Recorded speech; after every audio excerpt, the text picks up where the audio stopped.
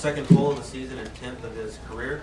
It's the 53rd for Team Penske and a 6th consecutive for the organization this season.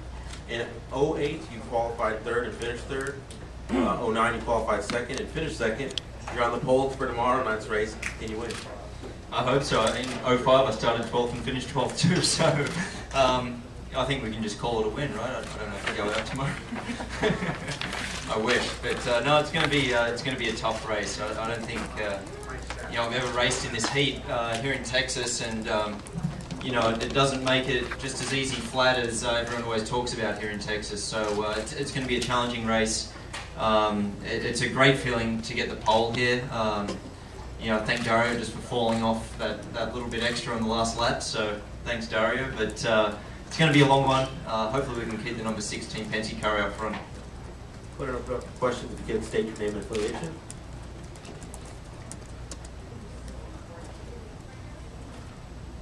Sir.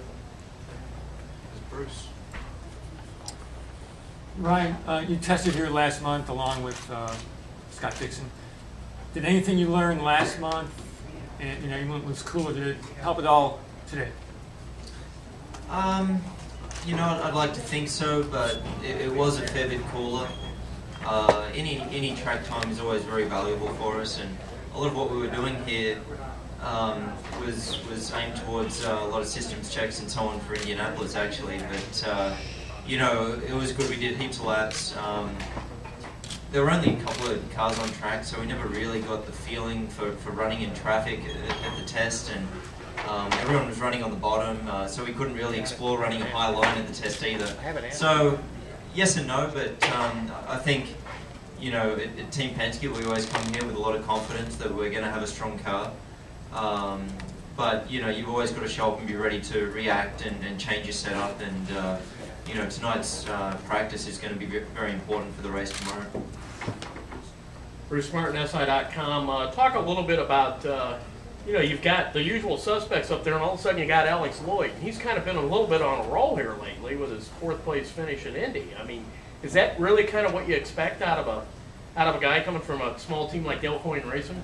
Yeah, it was a bit of a surprise. He beat all the Andretti cars and stuff, and that's pretty cool for a small operation that they are. All the power to them. I think they had a great run in Indy, great result for Alex, and they're doing something right. I mean, the fact is right now in this series that there aren't too many secrets, and the cars are all so close. And I think you go out there, you get the gearing right, you get the setup right, and there's no reason why you shouldn't be able to go to the front and qualify.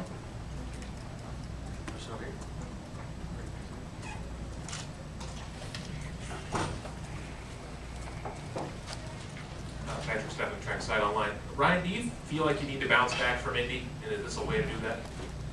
I feel like I need to get this championship started. Quite honestly, it's been a difficult start for me this year.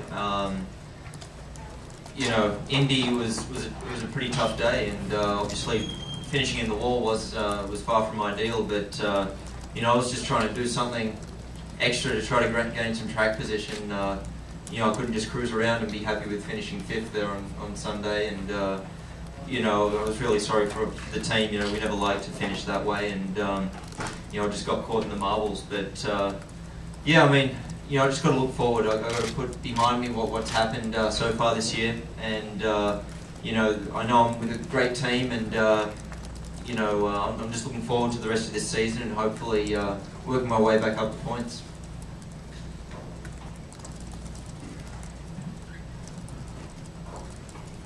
Austin Kilgore, Dallas Blog.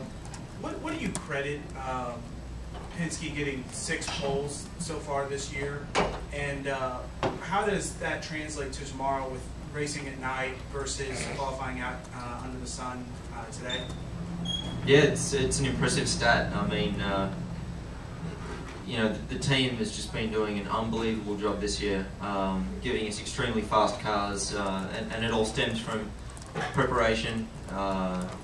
We really don't test much at all these days, and it's a true testament to the work that the engineers and everybody's doing back home in Mooresville. We're able to unload with fast cars, but it's so close. I mean, I don't know.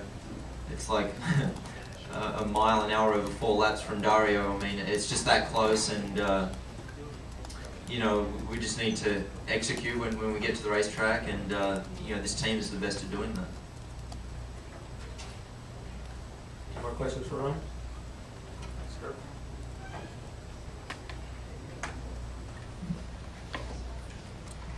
Yeah, Ryan, John Sturby, RacingToday.com. Keep forgetting that. You led 160 laps last year and lost the race basically on a couple of pit stops, including a phantom caution. Do you feel you can replicate? Glad you saw that. You feel you can replicate that kind of performance tomorrow night, given you know the cars are different aerodynamically, you have push to pass, you got some different factors that could let somebody dominate even more. Yeah, I think it just depends who rolls out on race day with a very good car, and you know, I was able to get around Dario early, and then we caught lap traffic, and you know, I just had a very good car that I could run anywhere with. I don't think I was that much quicker than those guys. It's just that they couldn't get around the lap traffic, and I opened up a huge lead, and I was able to maintain it for most of the race. Unfortunately, you know, when we got down to the tail end, you know, Elio had the pit out, which is an advantage here. It's a big advantage, and you know, we sort of had 2 pit stops in a row. If it was just one, yellow, it wouldn't have been that bad because you know, I had enough lap cars between myself and second place. But you know, when we came in together, you know, the 3-car guys do unbelievable pit stops, and my guys did everything right. It's just that the time lost in getting around the car in front of me and so on.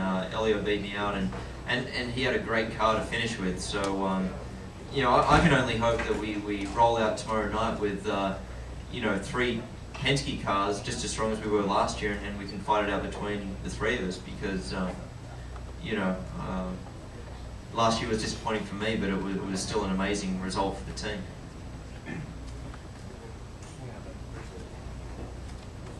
Any more questions?